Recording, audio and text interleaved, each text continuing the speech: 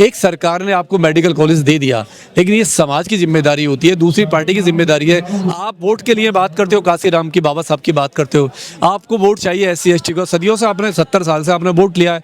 लेकिन अगर एक स्टेट में किसी CM ने अगर कुछ अपना हक मांगा, वो भी अपने ही पैसे से बनाया, जो स्पेशल पैसा था उसी से बनाया, ठीक है, तो आपके पेट में दर्द हो गया। आपने क्या किया उसमें? आपने तमाम खत्म कर दिया उनको एक झटके में, जो इतने साल से चल रहा था। आदेश है ना उसमें, तो कोर्ट तो बैठा हुआ है। कोर्ट हमारे रिजर्वेशन को खत्म कर, जितने हमारे संवैधानिक अधिकार है ना, supreme court, high court, lower court बैठा हुआ है, जज इन्हीं के बैठे हुए। सवाल ये कि इसमें जो बाहर की भूमिका है, जो कांग्रेस में हमारे जो SC लोग गए हुए हैं, जो दलित लोग गए हुए हैं, वो क्या कर रहे हैं? नहीं, ये तो राजनीतिक मुद्दा भी नहीं है, ये तो सामाजिक मुद्दा है। अगर इस पे कांग्रेस आंदोलन करे, राहुल गांधी क्यों साइलेंस बैठे नहीं है, क्यों बात नहीं कर रहे? आपको अगर SC ST से इतना प्यार है और आप यूपी में चाहते हो वोट मिले, तो आप जो 4 मेडिकल कॉलेज है, जाइए ना कोर्ट में, आप अपील कीजिए, आइए खड़े हो जाइए उनके लिए, क्योंकि वो तो हमारा संवैधानिक अधिकार है। सर, बहुत मुश्किल से डॉक्टर बनते हैं इस देश में, नहीं, और अगर ऐसे कॉलेजों में डॉक्टर बने तो उनकी जिम्मेदारी सरकार की होनी चाहिए। तो क्या कोर्ट ने ऐसा डिसीजन देकर के SC ST के स्टूडेंट को डॉक्टर बनने से रोक दिया है? बैन कर दिया है सर। जब 79% बनते थे, आज मतलब 23% बन रहे। तो सवाल ये कि जब तुम अपने कॉलेजों में नहीं देते, नहीं है, अपने कॉलेजों में नहीं दे रहे हो, अपनी यूनिवर्सिटी में नहीं दे रहे हो, आप रिजर्वेशन लागू नहीं किया आज तक, तो आपको उसको कैसे बंद कर सकते हो? पूरे देश के अंदर एक पहली सरकार थी BSP में, बहन जी मायावती ने एक हिम्मत दिखाई। आर्टिकल 30 में, जो आर्टिकल 30 है, आर्टिकल 13 ये कहता है कि 30 ये कहता है कि माइनॉरिटी अपने शिक्षक संस्थाएं बना सकता है, उसमें अपने लोगों को रख सकता है। उसी की तर्ज पे बहन कुमारी मायावती में SC ST फंड से स्पेशल कंपोनेंट प्लान के द्वारा से 4 मेडिकल कॉलेज बनाए, जो कन्नौज मेडिकल कॉलेज, मतलब Ambedkar Nagar medical college, Saharanpur medical college और जानौर मेडिकल कॉलेज। सवाल ये, जो उन मेडिकल कॉलेज में 79% जो ना रिजर्वेशन था, और अब तक लास्ट ईयर तक कम से कम 5000 डॉक्टर वहाँ से बन के निकले। अब सवाल ये है कि जिस देश में SC ST का रिजर्वेशन इतना हो, डॉक्टर इतने बने, तो सरकार को क्या दिक्कत थी? मैं आपको बताऊं, एक वो थी, महिला थी, एक लेडीज थी, उसने केस डाला, और एक यादव वकील थे, उन्होंने PIL डाली कोर्ट में, और उन्होंने PIL डाली कि SC ST का जो रिजर्वेशन है इसको खत्म करा जाए, स्पेशल कॉलेजों को खत्म करा जाए।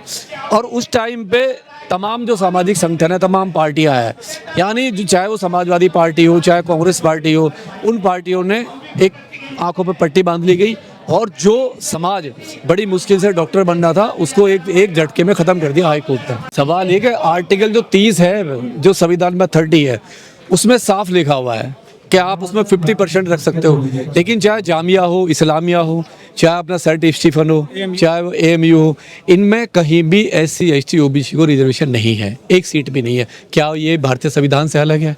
क्या ये इनको जो एड आती है संविधान से नहीं मिलती है, सरकार नहीं देती है? सवाल ये कि मुद्दे कैसे उठेंगे? जब कभी बात आती है हमारी यूपी के अंदर, पूरे देश के अंदर, तो तमाम सरकारें जो होती हैं ना, तमाम सरकारें बैकफुट पे आ जाती है। और जिस तरीके से कांग्रेस, हम बार बार कांग्रेस को क्यों करें? कांग्रेस की बड़ी जिम्मेदारी होती है। अभी आपने देखा, कांग्रेस ने यूपी के अंदर राज्यपाल गौतम जी को प्रभारी बना के भेजा। मुझे प्रभारी बनाने में कोई दिक्कत नहीं है, अच्छी बात है, संविधान सबको बर्दाश्त करा देगा। लेकिन जब इन मेडिकल कॉलेजों पर हथौड़ा चला, और आज हाई कोर्ट ने उस पर रोक लगा दी है, सुप्रीम कोर्ट ने रोक लगा दी है, और वो 79% का जो रिजर्वेशन था उसे अब 23 पे कर दिया गया है।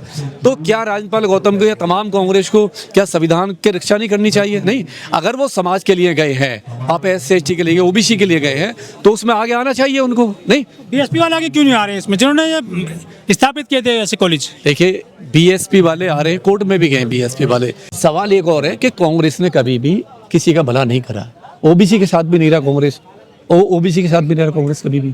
देखिए, OBC को आज तक कांग्रेस ने कभी कुछ दिया ही नहीं है। 1951 में काका कालेर के वो बनी, रिपोर्ट आयोग बनी, नहीं 1953 में उसकी कमेटी बन गई थी। ये बता दिया था काले कालेर उस आयोग ने कि 2300 जातियां हैं OBC की, 2300 जातियां, और इनकी आर्थिक स्थिति बहुत खराब है, इनको न्याय मिलना चाहिए। और आयोग मतलब किसने बनवाया था? राष्ट्रपति ने बनवाया था।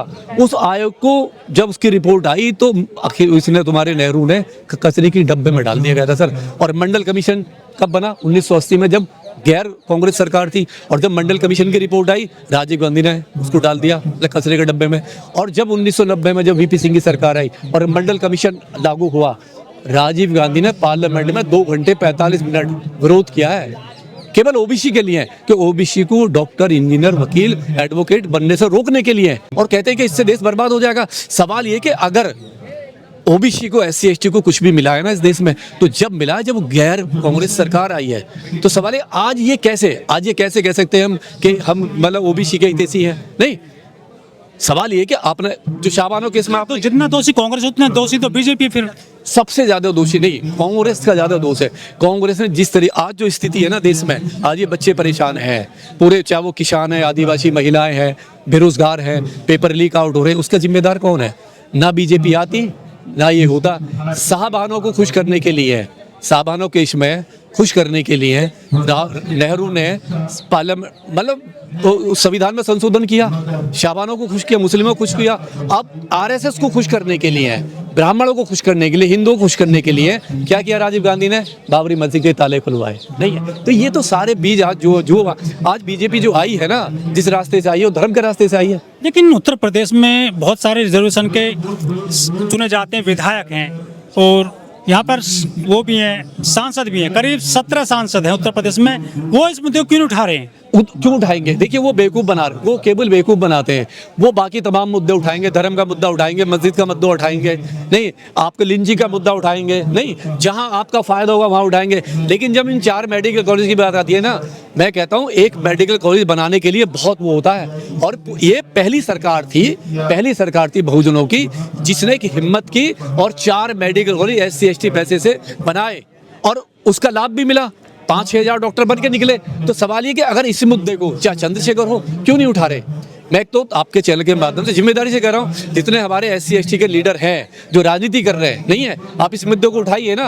और सहारनपुर का जो मेडिकल कॉलेज का उसका नाम ही चेंज कर दिया अखिलेश की सरकार ने, शैकुल मदलूम तो वीडियो चला रहे हैं, दलित कहते हैं, पिछड़ा दलित अल्पसंख्यक। जितना नुकसान उन्होंने किया अखिलेश यादव ने, उतना तो किसी ने नहीं किया। नहीं, अगर SC ST का वहां पर लॉस किया है, आपने मेडिकल कॉलेज जिलों के नाम बदले, नहीं आपको क्या खुन्नस थी आपको? और आप ही के उसने नहीं है, शाबरा जो लड़की थी, शाबरा अहमद लड़की ने जो केस डाला हाई कोर्ट में गई, और वो किस बात से गई कि जी उसका नंबर आ गया था दूसरे कॉलेज में, उसको कन्नौज में चाहिए था, पास में चाहिए था। भाई तुम्हारा नंबर आ गया, आप कहीं भी ले लो। आपने साजिश के तहत, PDA की साजिश के तहत आपने SC ST का गला घोंटा है, आपने उनके संविधान का जो अधिकार है उसका हनन किया है, आपने उनको एक मतलब रोड पे लेके आए हो। PDA धोखा नहीं है, समाजवादी पार्टी ने जो भी बनाया है ना, जो भी बनाया वो सारा धोखा ही है। संविधान की लड़ाई वो नहीं लड़ पाए, रिजर्वेशन की वो नहीं लड़ पाए, PDA की वो नहीं लड़ पाए। अब वो राम मंदिर की बात कर रहे हैं, नहीं है कभी वो मतलब किसी पंडित की बात कर लेते हैं, कभी वो उसकी बात करते उसकी करते रामचरितमानस की बात करते। सवाल ये कि अखिलेश कंफ्यूज है, टोटल कंफ्यूज है, करना क्या चाहते हैं उन्हें पता ही नहीं है।